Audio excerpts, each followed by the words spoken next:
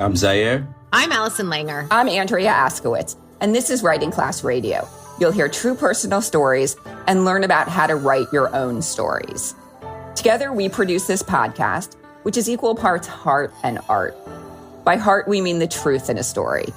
By art, we mean the craft of writing. No matter what's going on in our lives, Writing Class is where we tell the truth. It's where we work out our shit. There's no place in the world like Writing Class, and we want to bring you in.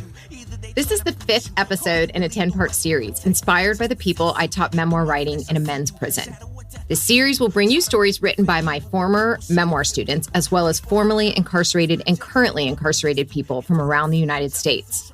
Their experiences and voices, like those of many incarcerated people, are often marginalized and unheard. To help us get this right, Zaire will be contributing his feedback and commentary throughout the series as co-host along with Andrea and me. Zaire is a poet, musician, and teaching artist who teaches writing and poetry in school and juvenile detention facilities. Thank you, Zaire. Thanks for being here. Thanks for having me. I want to say before we continue that we want to be respectful of those who have been personally affected by violence. We don't mean to sensationalize crime or someone who breaks the law.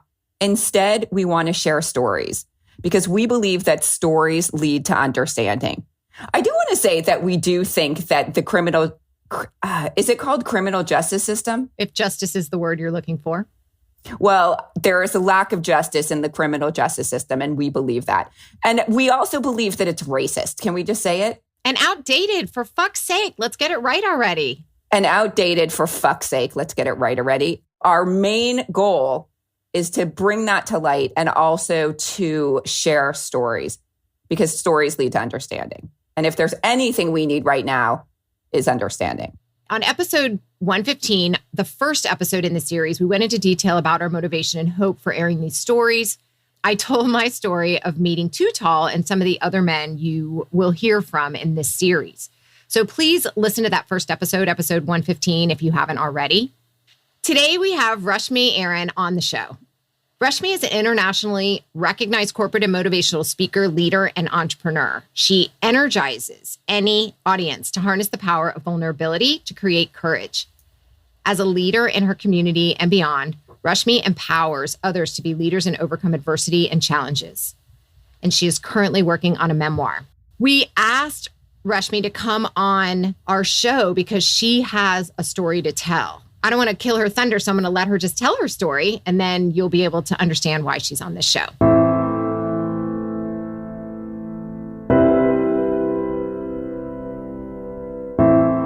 I was a wealthy suburban woman. Then I went to federal prison for bank fraud. The alarm buzzes and my eyes open. I peer into the sea of other bunk beds around me. 180 women also convicted of a crime. It's 5 a.m. and time for count. A guard walks past my cubicle, which is 6 feet by 9 feet and surrounded by shoulder-height walls. This is where I've been living for the past few months with my bunkie. I spend a few minutes writing down my thoughts. On this morning, I recognized my fear of the uncertainty that lies ahead and ask for spiritual protection and strength. By 5:30 a.m., I have changed from gray sweatpants and sweatshirt into oversized men's basketball shorts and a cotton t-shirt. Before heading out for my morning run, I take a few moments to send an email to Kyler and Maya, my children. I am 350 miles away from them where they live and have been for the past 5 months. I've been locked up in Coleman Correctional Complex in Central Florida. They are 9 and 10 years old. It's been rough for my kids to be without their mom. My parents live across the street from them in their suburban South Florida neighborhood, so they have their father and their grandparents with them daily. And for that, I am grateful.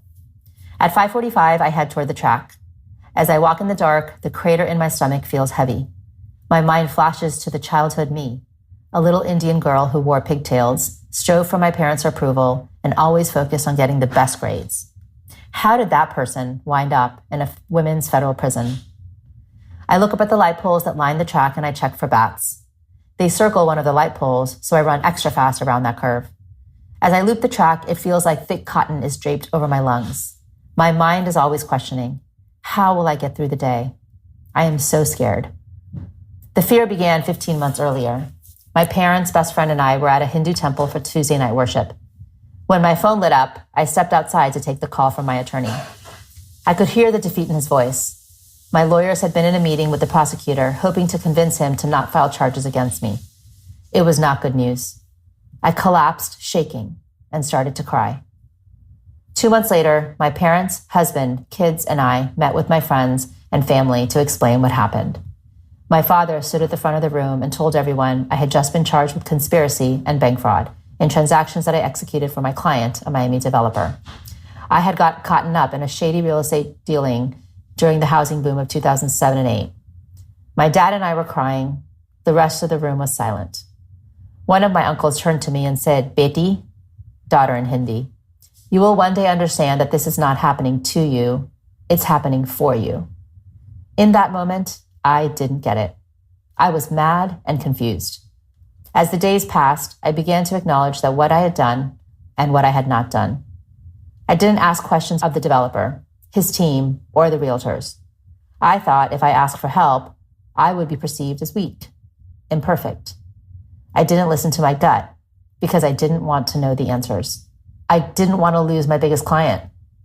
I had graduated from Columbia Law School with honors and opened my own law practice 4 years earlier. I wanted to continue providing for my children and sending them to the best schools, to live in a nice home in a fabulous Miami neighborhood, and I wanted to keep up appearances. My inner voice screamed, "Be careful. Ask for a second opinion. Are you sure this is okay?" Instead, I felt flattered and like I belonged in the big leagues. I convinced myself I was smart enough to do the right thing, and I never considered I could be doing something wrong. Essentially, the developer was selling his condos with this scheme. He gave buyers the equivalent of 2 years of mortgage payments as incentive to buy his condos, which violated the terms of his own developer loan. As a lawyer in the transactions, I failed to disclose this information to the banks, providing loans to the buyers, thereby harming the banks and possibly encouraging buyers to take on more debt than they could afford, contributing to the Great Recession of the late 2000s. 6 months after the call at Temple, and after hours spent poring over hundreds of thousands of documents, my attorney told me if I went to trial, I would lose. I could sit in prison for 20 years. He said, "Rashmi, you will miss it all. Your kid's whole life." He said he knew I didn't go into this planning a crime, but that I should have asked more questions. I did something wrong because I didn't act. I was selfish. It was at that moment I decided to own my mistake, my crime. It was also in that moment I realized I was going to be a felon for the rest of my life. I pleaded guilty in 2014, and I made a very conscious decision to be transparent. I had disgraced my family, my community, my friends, and others. I had let everybody down. Every teacher who believed in me, every boss who'd taught me, every group I'd given my time to in the community. One by one, I picked up the phone and began to call the people in my life I cared about. Friends I'd known since elementary school, through college, law school, professional jobs, and even community friends.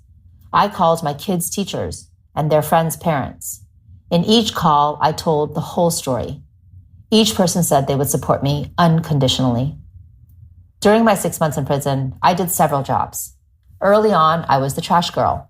Every day, just before evening recall, when all inmates are required to be back in their housing unit, I pushed the 2 giant trash bins from the side of each housing building to the back of the complex. One by one, I removed the trash bags, threw them into the compactor, dug to the bottom for any garbage that fell out of the bags, and finally pushed the compactor button. My other job was teaching my fellow inmates math in English and Spanish. I saw the eyes of one abuelita light up when she learned how to add fractions. Another friend passed the GRE. She claimed it was because I helped her with the math section. In prison, I learned this very basic fact. I am human. Humans make mistakes. It's through my mistakes and losing my freedom, I found the courage to be vulnerable and real. I shifted my definition of success from accolades, grades, and status to creating authentic relationships and helping others. I'm no longer scared to show my true self. I'm raw all the time. It's been 3.5 years since I left prison. Things are just getting back to normal. I drive carpool, work, and watch my daughter's volleyball and son's basketball games. My children were sad and scared for me, but they were always supportive. My husband was angry for a long time, and we divorced when I came home, but we have settled into a positive and healthy friendship. I have been open with my story and the lessons I have learned in the work I've chosen as a motivational speaker and consultant, working with corporations, universities, and law firms. It took a while for people to listen to me. My TEDx talk helped with the legitimacy, but there will always be naysayers. I am an ex-con. Financially, I am also struggling. My parents help me, and that is okay for now. Along with my children, they are at the top of my gratitude journal. I want others to hear my cautionary tale, so they won't make the same mistakes I made.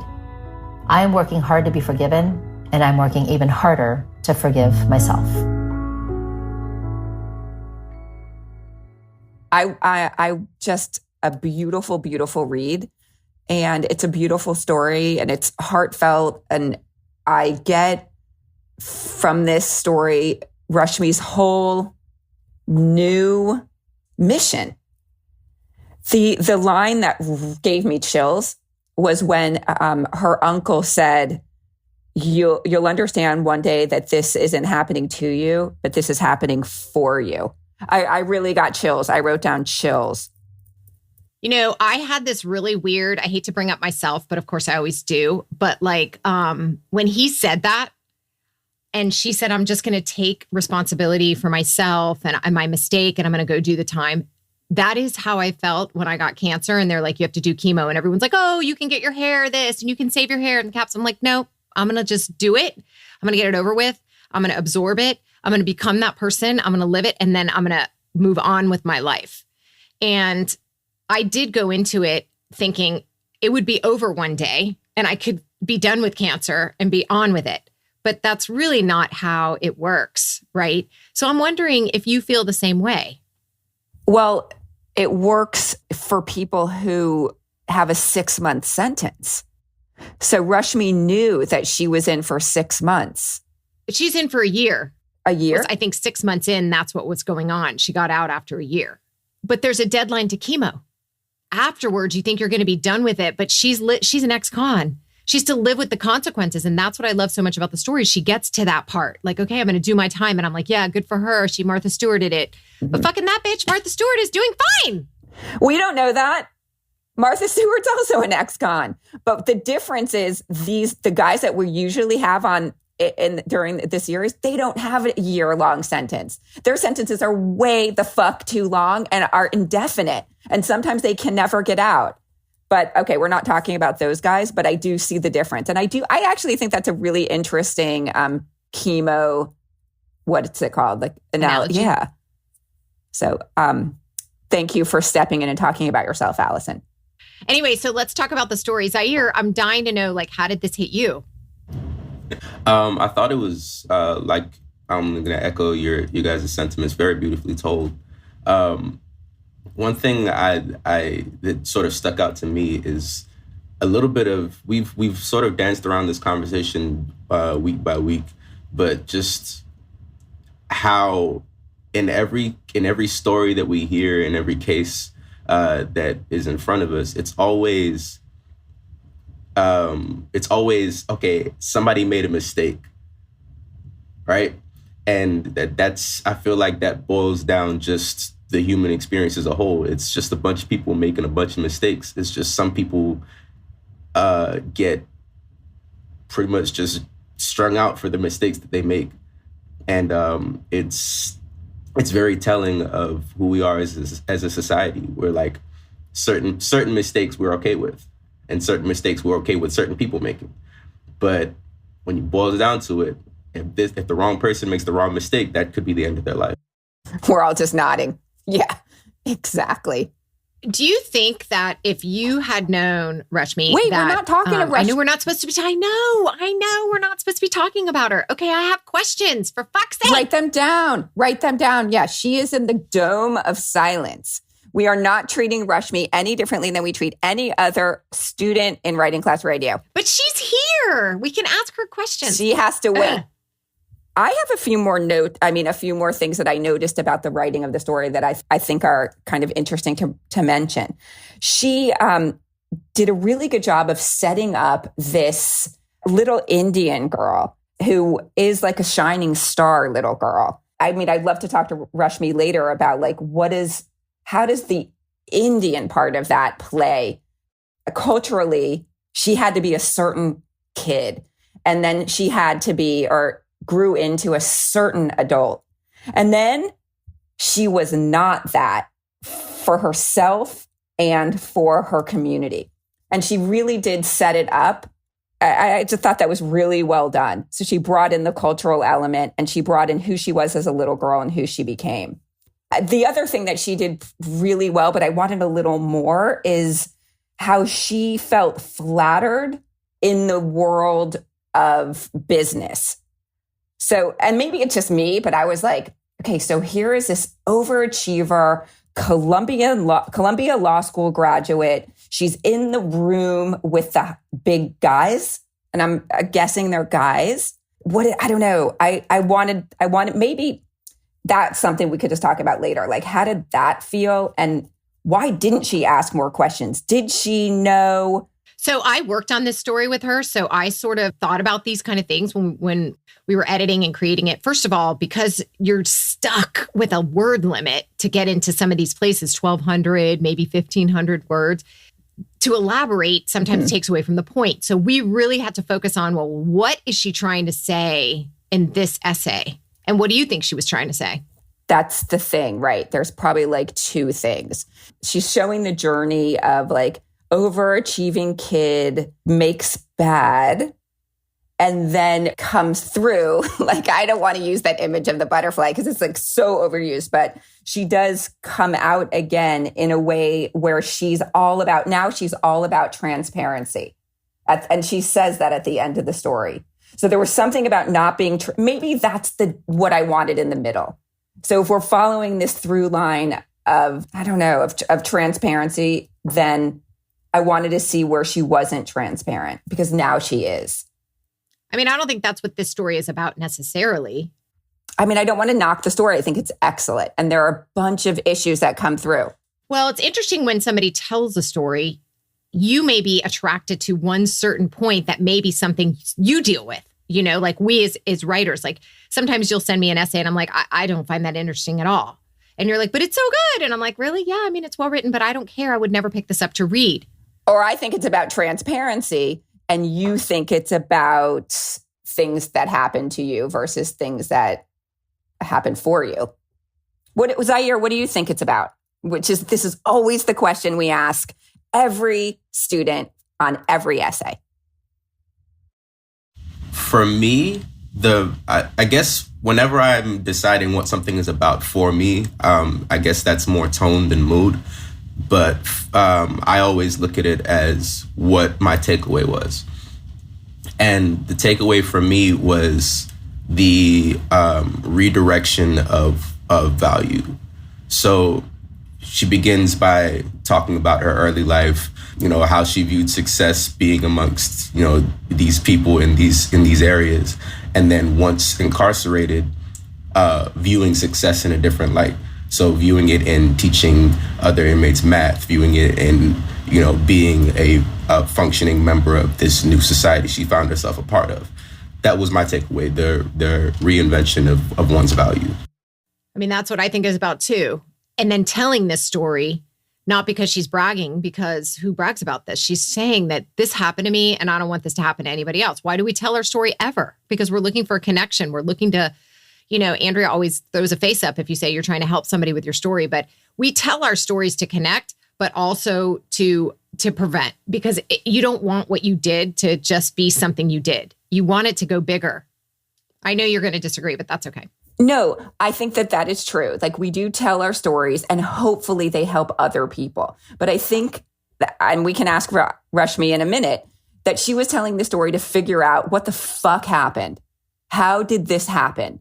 How did this little Indian girl go from being super achiever to ex-con? And now what? And so in the figuring out herself, she's come out with this beautiful piece of art that other people will read and hear and be moved by and hopefully changed by. But in my mind, that is always the secondary, you know, like that's the unintended, very good consequence of a story well told. Yeah. Yeah.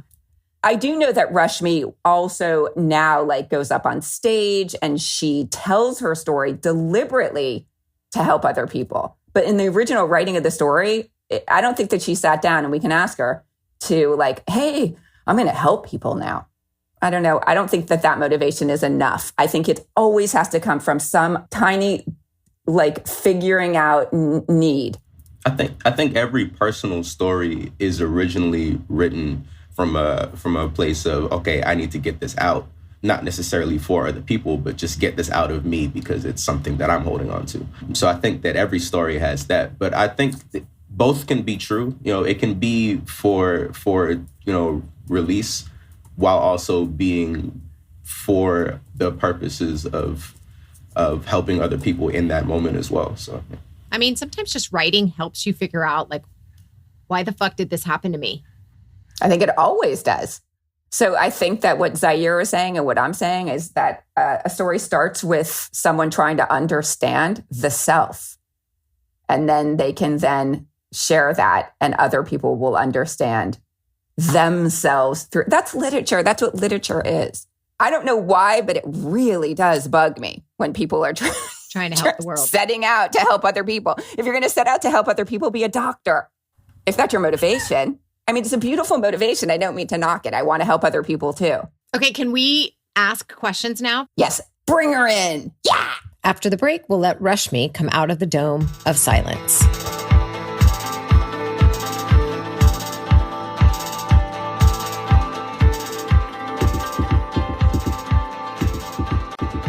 So my main question, would you have been deterred by a longer sentence? Would this have made you not do what you did?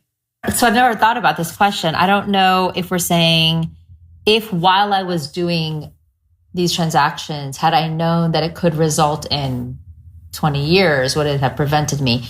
I don't even think I was in that mindset. I had no moral humility at that point. I lacked such moral awareness and judgment about what I was doing that that was 10 steps ahead of where I was even. I wasn't even thinking about the first step, which is, hey, this could be wrong. I should probably stop doing this. Because I've tried to understand and really do research and what the hell went wrong. And, to your point, why did I even start doing this research and thinking and talking about it is really because I had to understand myself. How the hell did I get to this place? And what went wrong? And why did I go so off path? And so as I began to understand behavioral psychology and ethics, I learned all these concepts. So one of them is moral humility. And so, we all talk about humility. And as a kid, I was always taught humility. I've always watched it with my parents. But moral humility is taking it further and recognizing that on any given day, in any given moment, I could make a bad moral decision given the stressors, influences, pressures, whatever happening in my life. And when we go through life not aware of what that is, moral humility, you have what's called overconfidence bias, right? So you end up believing I believed I was such a good person that I would never do anything wrong. So I'd never even questioned the decisions I was making. And so that you basically lack any capacity of decision making. There's no process you're going through it mentally. So all of this I've come to understand as I've done more and more research. And I now recognize that that's how I went so off path is just no decision-making process, just doing and doing and doing and trying to, get around that rat race of life and fast track of getting to my goals versus thinking through everything. So I don't know, if I actually was in the mindset. I think for other people, I think there is maybe some prohibitive factor, but for me, I don't think that was necessarily an issue for me. Because I'm thinking now, does an 18-year-old kid who wants to score $1,000 and goes into 7-Eleven with a, not even loaded gun, have any moral humility? No. And does that 18-year-old kid think, ooh, if I get caught, I'm going to jail for 40 years. I'm not going to do this because 40 years is a long time. No, there's no thinking like that. The whole deterrent thing is just bogus. And they don't think they're going to get caught. I remember asking these guys, what were you guys thinking? We weren't going to get caught. Yeah. Because so many people do get away with it without being caught. That's the point. And that's what I was thinking. When you were talking about moral humidity and overconfidence bias, I'm like, I have that. I do so many good things that I'm thinking, well, 90% of my life is really good. So I can do this other 10 bad shit but if you're white and you live in a nice neighborhood, you might be able to get away with 90% good.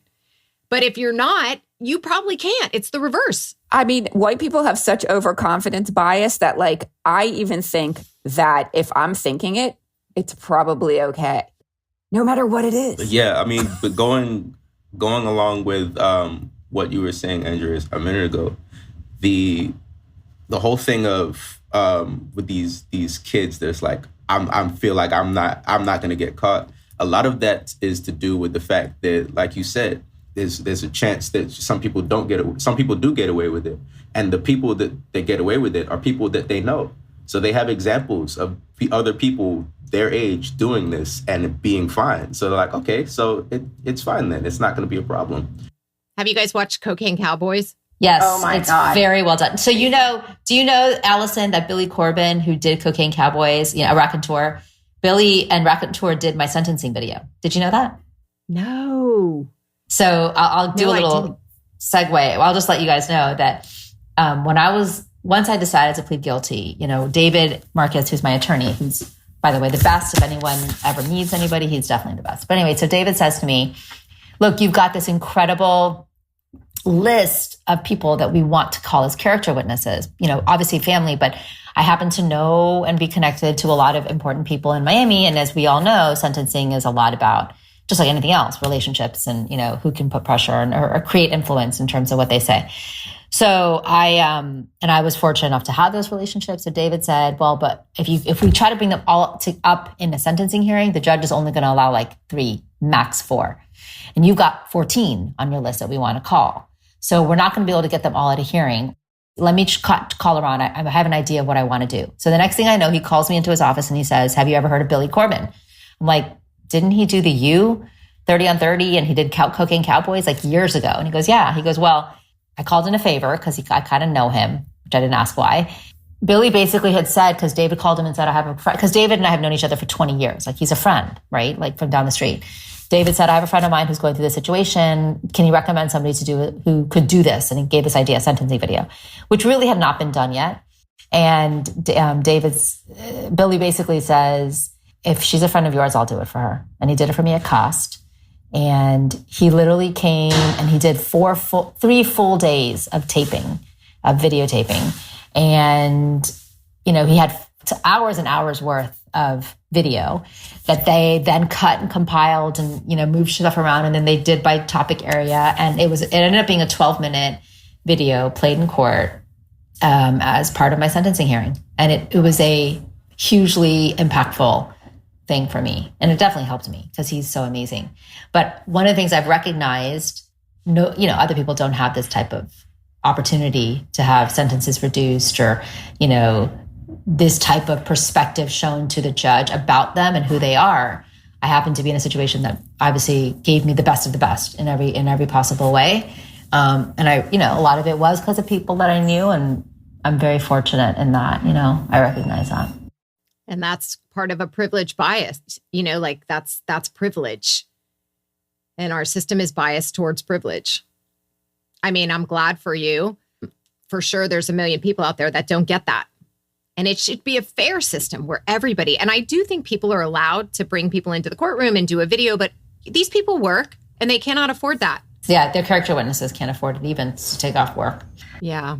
I wanted to ask 2 questions. One about the writing. There was a moment where she said, I was selfish.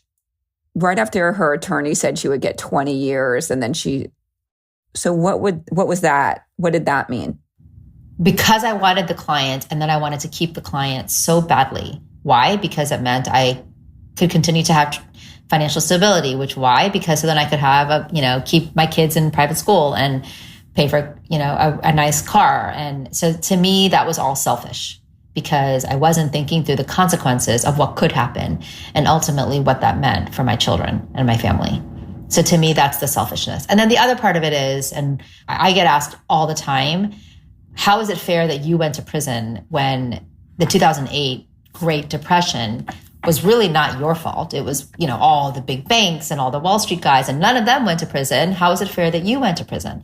And so one of the, my response always is, yeah, but I have to own up to and hold myself accountable for the tiny little part that I played in that Great Recession. And that's why I pled guilty. And that is my part of taking ownership. Did it mean that without me, the crisis would have still happened? Yes, of course. It would have still happened without me, but it doesn't matter. That's part of what I believe is my karma and my mission now, is to get over that and just keep now pressing forward and understanding myself better and better every time. I guess I go through life. Well, I admire that. I admire that selfish line. I admire the way you take responsibility so much. So thank you for doing that. I had another question. Why were you the trash girl? How did that serve you in prison? Okay, so I was at a camp. So I was in 3 different facilities during my 6 months. But the facility that I was at the longest was the Coleman Correctional Complex, which is a minimum security camp for women. It's the only one in Florida for women. So every single one of us had a job. It's part of our requirement to be there. It's a working camp. There were 4 other men's prisons in the same compound, but the women were the only one that had the job. So, a lot of the jobs meant you were servicing and, bringing stuff to each of those facilities. So when you get there, after the first week or so, you have to choose what job you want. So the first job I chose was actually to work in the commissary warehouse, which meant everything that was being delivered for the commissary, everything from, huge pellets of Pepsi cans, soda cans, to, pellets of Russell athletic clothing, right? All of that, every single thing, food, everything. Had to be separated by prison, right? So which men's prison, and then delivered. So that was my first job. And that was from 7:30 to 4, basically every day, except for lunch. And I realized, well, wait a second. I have, I recognize my privilege here, right? I have the good fortune that I'm only here. Only is a relative term, but I was only here for max a year. At that time, I didn't know. So to answer your question, before I was saying no to some of the stuff you were saying, I was sentenced to a year and a day. I ended up only serving 6 months because while I was incarcerated, I was transferred to a county jail, which was the 3rd facility I was at near St. Petersburg, and asked to testify in a totally different case that on behalf of the government. So because I did that extra action and extra help, I then got a Rule 35 2 weeks later, and that meant that I was sent home on early release, and I didn't have to go to home confinement or a halfway house. Again, another huge blessing. So that's why I ended up only serving 6 months of the 1-year sentence. Anyway, backtrack. So because I knew I had a light at the end of the tunnel, I also had already spiritually come to a place where I was treating this entire experience of being incarcerated as like forced and blessed ashram time to really go within and to learn and to read and to do some spiritual healing. And I did I really wanted time for myself, and I realized, I don't want to be sitting in a 7 to 4 job every day because I'm not going to get the time to do that. And I want to make something of this time. So I ended up asking for a transfer. And the job that took the least amount of time was being the trash girl. So that's how and then there happened to be an opening that opened up. So the trash girl, there were 2 shifts. One shift was during the day. The shift that I got was at night, which definitely was the worst of it, right? Because I was alone at pitch dark night, taking these trash bins to the back of the compound, literally where there's nobody. And, I had gloves, thank God. But the amount of times that the trash would bust, the bags would bust, and I'd be fishing trash out of the bottom, it was very humbling. And then I did that for about 2 months. And then somebody left in the education department, and I had applied at the very beginning with a resume that I made up to be a teacher. So when somebody left and the opening came up, then I became a teacher. Was there also a sort of a social status? Like if you take the worst job, you're like the coolest. Was there any of that? No. There were definitely the cool girls. Okay, so there were pockets of the cool girls, which I kind of was trying to be part of, which is kind of funny. Really, it was just because they worked out a lot. Because I worked out a lot and I was always on the track and working out, I wanted to get into their boot camp every evening. So I ended up making friends with one of them and then, whatever. But they were definitely the cool girls. One of the girls I remember was super young and I don't know, she just didn't like me for whatever reason. So out of the group, there was like this one young girl who just for whatever reason chose not to like me, probably because my sentence was so low. And, you know, they were like, they all were there for 3, 5, 7, 11 years. Then there was like a whole group of girls that I just made sure to stay away from because they were definitely known to be like troublemakers, violent, into fights. And, you know, so I just was like always really kind to them and nice to them. And I made sure that I didn't cross them. And then there were like, anyway, there were definitely different pockets of people. And I have all these stories that I could share that I'm sure you know some of from working in the prisons. Well, were you scared when you were there taking out the trash at night? Like, was it a scary place? Like, have you seen Wentworth? Like, was it like that? You were scared to like get beat up or stabbed or killed or anything? Okay, so I haven't seen Wentworth. I don't know what that is, but I was never scared of the other girls, let's say. I was told kind of very early on who to stay away from. And fortunately, they were not in my housing unit, so it wasn't hard to stay away from them. So I was never really scared. I was scared, though, when I was taking the trash out at night, because I'm on a freaking prison compound and I'm alone. And at the back of the compound, and forget the inmates, there could be a guard that's bad. There could be any number of people that I have no idea. So those, I was always pretty scared. And sometimes I would try to get my bunkie to go out there with me just so I wasn't alone, just to follow me, you know. Other times I would look to see, and sometimes there were, to get to the compound, you had to pass like this other room, and like there was this hallway. And in that, one of the rooms was the hairdressing, like where you would learn to be a hairdresser room.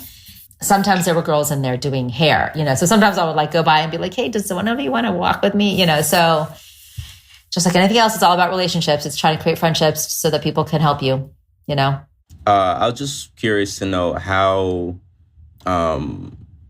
this entire experience with you being back has affected your relationship with your kids, and what lesson or moral you took from going through that you impart with them. I love this question. So I'll start by saying that when I was going through this, the day I got sentenced, I told my son, who was 9 at the time, and I wanted him to be aware, because he's the kid that like would Google my name randomly just because he felt like it, and then I didn't want it to just come up and him be in shock. So I told him, and I was very honest with him and told him the truth. And later on, when I got sentenced in June, and we knew for sure I was going away, their dad and I, who we were already separated, but you know, we wanted to have a unified front. We sat both kids down and told them the truth. And both of my kids are athletes, so I kind of use sports analogies to explain to them that when you make mistakes and you make bad decisions, then there are consequences in life, just like there are in sports. And that's how I let them know that I was going to be gone.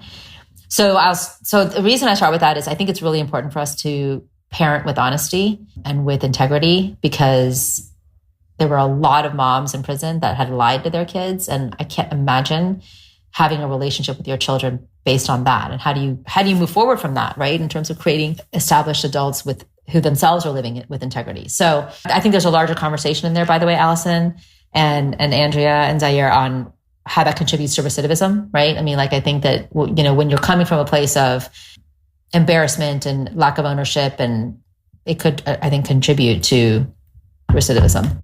The kids, I every single day, I emailed them. Every single day I had a phone conversation with them or a video call with them. Every single day, every week I wrote to them. And then they visited me regularly, as often as they could. How often? So I spent 10 days in the Miami facility here. So they visited me twice there, which was awful, like awful. First of all, it was my first week. I was scared. I was still crying. I didn't want to be in that Miami facility because it was awful. So, and then, you know, the chairs were stuck to the ground, like all of it was horrible for visitation. So that was 2 days. And then when I got to Coleman, which is an hour north of Orlando, they came every 2 to 3 weeks. And my parents brought them up, and, you know, we would sit and play board games and eat stuff out of the vending machines, which was like, it was like such a thing for me to be able to go into visitation. And I knew I'd get a Diet Coke. I knew I'd get a Chobani Flip yogurt. And I knew I might get like an ice cream cone, or, you know, like the stuff that I was great. Not that I'd really craved Diet Coke inside. You could get Diet Pepsi inside, but I never bought it from commissary, but I would get it in visitation. And I craved the Chobani Flip yogurts, which just sounds completely insane. Oh, and like a granola bar or something crazy. No, that makes sense. So then when I came out, as I began to deconstruct what happened to me and try to understand, I began to start sharing it on, around the world. I honestly, my kids could probably give my speech at this point. They know my story so well. And so the whole lesson of accountability and ownership and integrity and all of that, they live with it every day because I talk about it with them. And sometimes they feed it back to me. Like, if I say, I don't know, the other day I did something and my mom was like, my son was like, Mom, you're the one that talks about ethics. You can't say you're going to come home at 5 and you get home at 5:30. Like, where's the integrity in that? I'm like, okay, well, this is a little different. Like, I can't account for traffic or a client running me late. But they definitely hold me to it. And, there are times when I've had to call them out and say, that this is what I stand for. And I have taken full ownership. So you better come forward and tell me exactly what happened and take full ownership, because I promise you there will be consequences, but that's how life works. And I need to know now. It'll be much worse if I find out from your friend or from another mom or, and my kids are, they're a sophomore and junior in high school, and they're faced with all the challenges that teenagers face right now, and drugs, alcohol, sex, all of it. And I have to have these conversations with them. And to me, I want them to come forward and feel that they can be honest and trustworthy and trusting with me versus hiding from me. I have a question. Did you have any problems with re-entry? And I don't know if Zaire was referring to that in his question, like getting a job, getting back into the world, how people viewed you.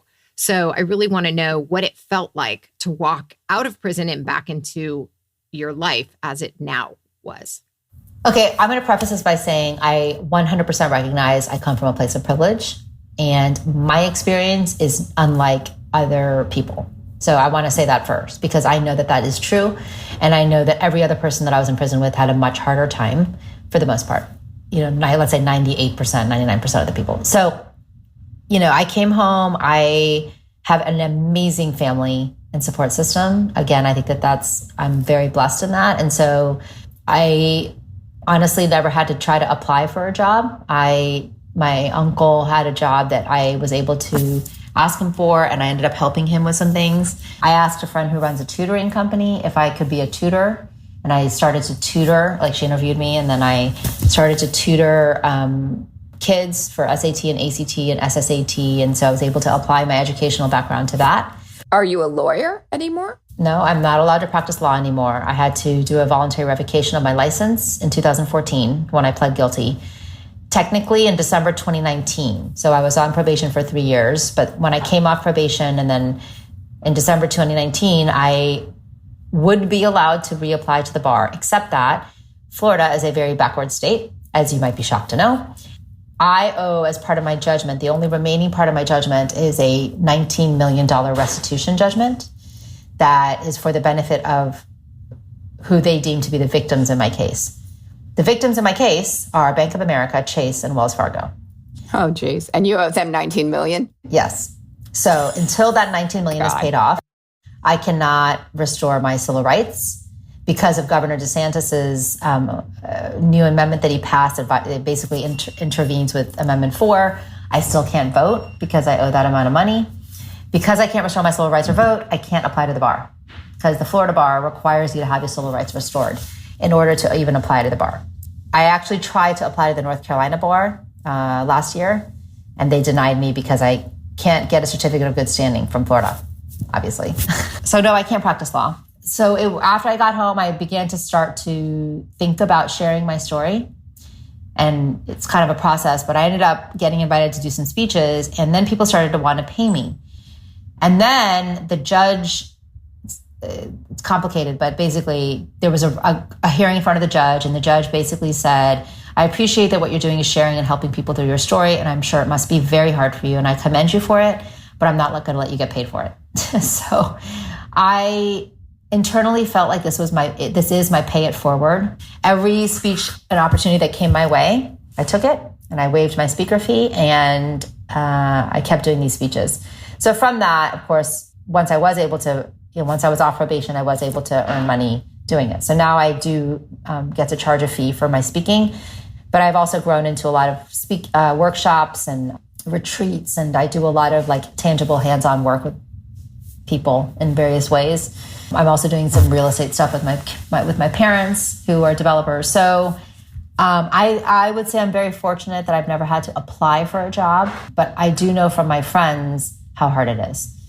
Now, having said that, there's parts of this, right? Like I've never had to apply for a job, but I have definitely had people that have passed judgment on me without even asking me questions. And these are people that I know in my life that, for the most part, everyone was very supportive. But there are some people that I know, like acquaintances. There's one gentleman in particular who is a leader of a very large publicly traded company located here in Miami. And I knew him before, and he actually had tried to offer me a job many, many years ago in a different way. And then I ran into him at a party, at a breakthrough party, and had a very brief conversation. And he literally within a minute cut me down to my knees.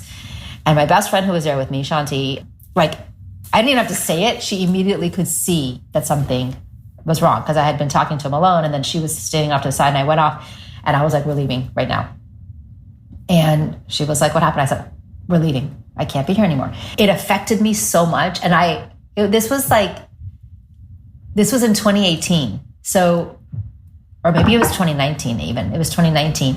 And I was surprised at how much it hurt me so instantly when I live with it every day. I talk about it every day, but to have somebody so blatantly, like with arrogance, call me out in a way with like completely with lack of information and facts, like really just misinterpret and assume so bad about me was really hurtful. I'm sorry. So basically some guy was basically like, oh, you're guilty and you're like, you should have known better. You walked into that. Don't try to claim that you didn't know what you were doing and you must have planned it, whatever.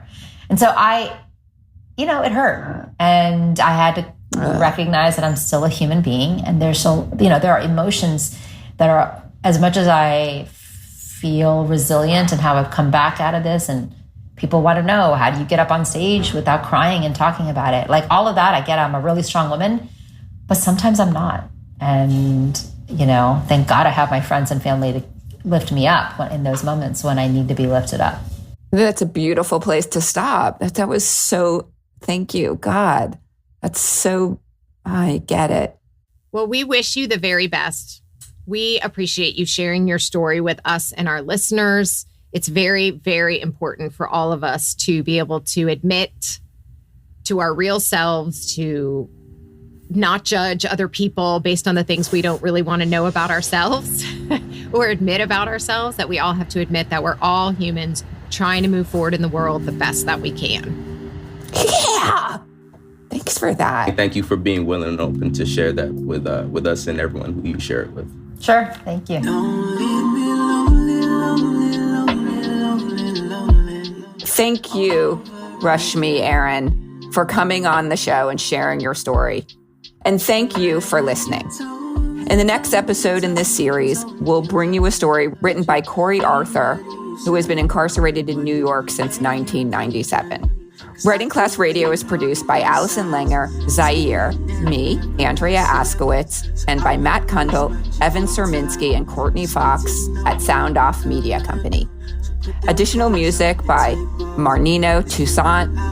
There's more writing class on our website, writingclassradio.com, including video classes, essays to study, and editing resources. If you love the lessons you get on each episode, you can get them all in one place on our 3-part video series for just $50. Click video classes on our website. If you want to be a part of the movement that helps people better understand each other through storytelling, follow us on Patreon. www.patreon.com/writingclassradio. For $10 a month, I, Andrea Askowitz, will answer all your publishing questions. Really, you can email me. We can think about where to get your stories published, how to write a pitch letter, all of that. For $25 a month, you can join Allison's First Draft weekly writers group, where you write to a prompt and share your work. That meets every Tuesday from noon to 1 Eastern. There's no better way to understand ourselves and each other than by writing and sharing our stories. Everyone has a story. What's yours? Produced and distributed by the Sound Off Media Company.